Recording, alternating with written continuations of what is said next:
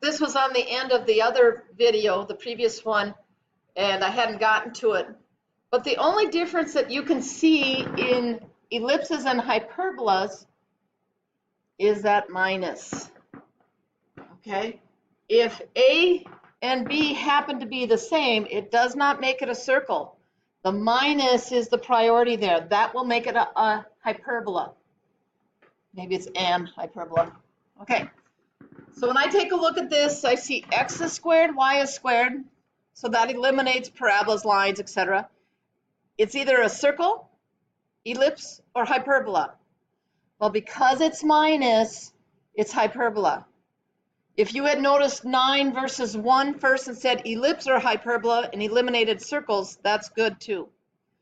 Okay, so I'm seeing that as a hyperbola, so I'm going to go 9x squared plus 54x minus y squared plus 4y equals negative 86. So now when I complete the square, I'm taking a negative 1 out of the y squared. Okay, you'll want to do that.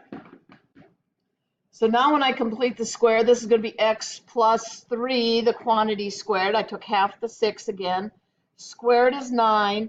9 times 9 is 81. So I'm going to add 81 to both sides. Okay, for this one, it's going to be y minus 2. And I'm going to add 4, but it's really negative 1 times 4. So I'm going to get equals negative 4. I'm going to put this negative 1 back. I'm going to put this 9 back, and I believe that equals negative 9. Okay, so I want it to equal 1, so when I divide out my negative 9,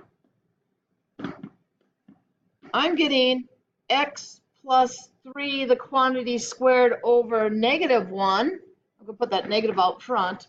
I'm going to get a positive y minus 2 squared over positive 1 and equals 1.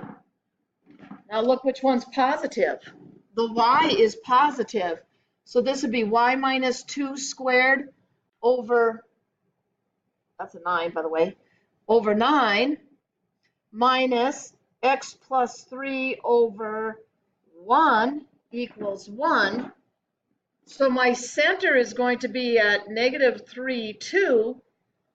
I'm going to be going 3 in the y direction. So here's my negative 3, 2 for my center. I'm going to go 3 in my y direction for my vertex. Okay, so my vertices are going to be at negative 3, 5, and negative 3, negative 1. When I make my little box to see what that is, I'm only going to go over 1 to put in my diagonals, my asymptotes. And I'm not an artist. So my hyperbolas will look, the branches will look like this. And I'm able to graph it.